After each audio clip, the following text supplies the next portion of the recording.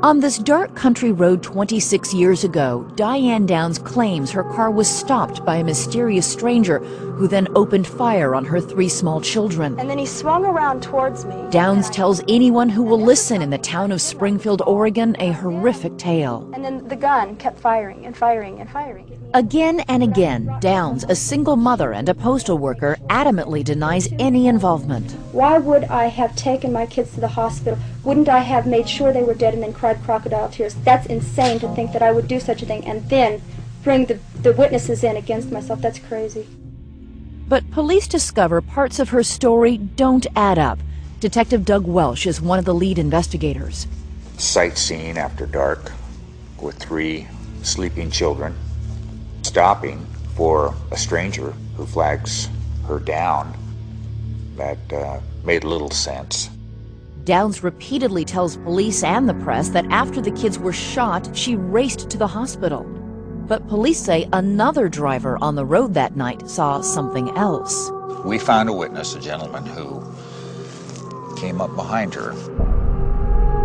Diane was traveling so slow that this witness's speedometer wouldn't move off the peg.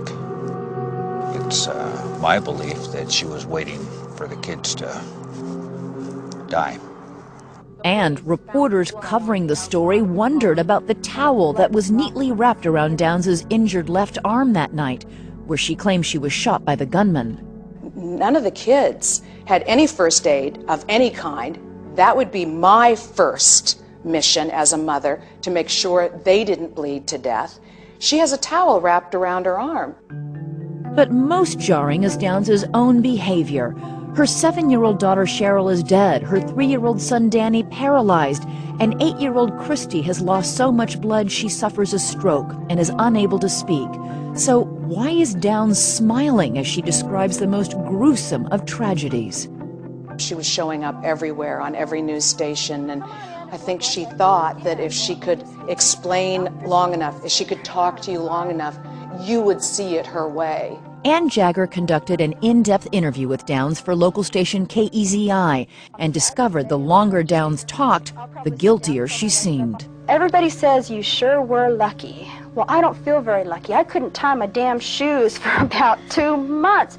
The scar is going to be there forever. I'm going to remember that night for the rest of my life, whether I want to or not. I don't think I was very lucky. I think my kids were lucky. If I had been shot the way they were, we all would have died. She seemed to be missing the compassion, the empathy. I mean, it was all about her. It's all about me. Do you think there was any regret, any remorse in all the time you spent with her and observed her? No. But at night, when I close my eyes, I can see Christy reaching her hand out to me while I'm driving, and the blood just keep coming out of her mouth. And that, maybe it'll fade too with time, but I don't think so. That haunts me the most. So what did you think as that interview unraveled? The hairs stand up on the back of your neck. You know that you are in the room with a woman who shot her 3 children. It wasn't like a movie when I was telling them. I was telling them what happened. But inappropriate behavior and a story full of holes is not evidence of murder. Police still can't find a murder weapon or a motive. That is, until they discover Downs' secret diary. In it, pages and pages of passion and desire for a man named Nick, a married man and a former co-worker at the post office. She wrote every day to Nick about Nick.